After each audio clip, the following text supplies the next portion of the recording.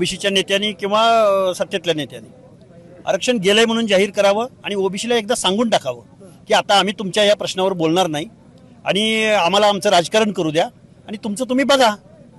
मग ज्या दिवशी निवडणूक जाहीर होईल त्या दिवशी आम्ही एक एक दांडकं काढून ठेवतो आमच्या दारात. तुम्ही आमच्या दारात ज्या दिवशी मतं मागायला याल त्या दिवशी आमचं हक्क अधिकाराचं, आमच्या पुढच्या पिढ्यांचं जे काही या संविधानामध्ये, घटनेमध्ये, मंडल आयोगाच्या माध्यमातून जे काही आम्हाला मिळालं होतं ते काढून घेतलं जात असताना तुम्ही बघायची भूमिका घेतली होती. त्यामुळे तुम्ही आता मत मागायला आमच्या दारात यायचं नाही. ओबीसी नाही जर दणकं काढलं तर नाव लक्षात ठेवा. बरं, प्रश्न असा आहे की त्या जालन्यामध्ये जरांगे पाटलाच्या आंदोलनामध्ये अख्खं सरकार येतंय, मात्र ओबीसींनी ज्या आत्महत्या केलेल्या आहेत त्यांना कुठंतरी मदत होत नाही असा आरोप तुम्ही केला आहे. यात काही तथ्य आहे का? सरकार बेकायदा वागते, सरकार घटनाविरोधी वागते, सरकार फक्त मराठा समाजासाठी काम करतंय. सरकारनं ओबीसीला वाऱ्यावर सोडलंय. आमची लेकरं बाळं, आमची गोरगरिबी, आमच्या आर्थिक विकास मंडळाला पैसे, अरे पण बाकीच्यांचं काय? म्हणजे तुम्ही मंत्रिपदाची शपथ घेताना, मुख्यमंत्रीपदाची शपथ घेताना, आमदारकीची शपथ घेताना तुम्ही संविधानाची शपथ घेतली, हर एक माणसाच्या दायित्वाची शपथ घेतली, पण तुम्ही ओबीसींना वाऱ्यावर सोडलंय. हा आमचा आरोप आहे इथल्या सत्ताधाऱ्यावर. बरं सर, शेवटचा प्रश्न आहे.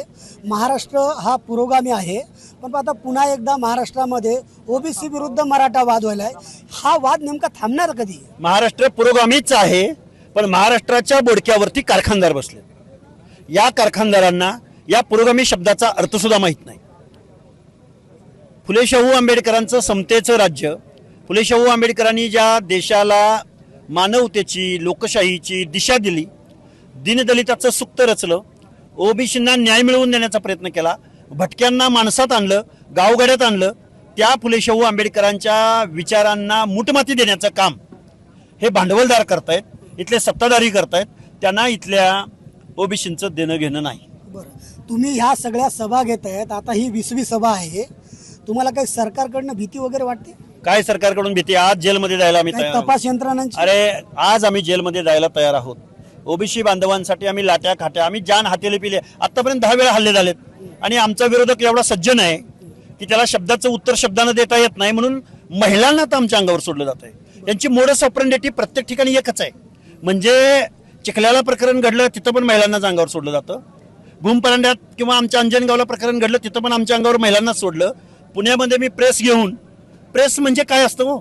ओबीसींची वेदना, ओबीसींच्या अडचणी, ओबीसींचं आरक्षण या संदर्भात प्रेस घेतली. प्रेस म्हणजे लोकशाहीने आम्हाला अधिकार दिलाय ना. प्रेस घेऊन खाली येत असताना शहा नावाची एक महिला, मग ती शहा अहमद शाहची वारस आहे का निजामाची वारस आहे ते तिने एकदा तपासून घ्यावं.